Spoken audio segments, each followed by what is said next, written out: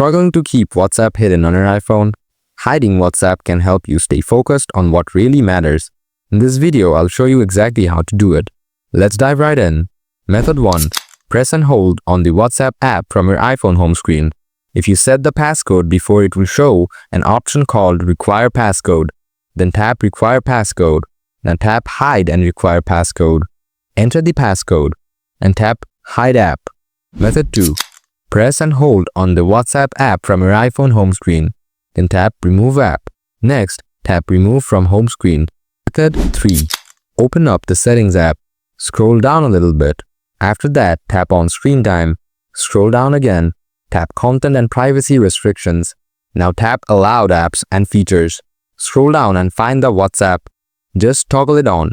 I hope you found this video helpful. If you did, don't forget to hit the like button. If you have any questions, feel free to leave them in the comments. Thanks for watching, and I'll see you in the next one.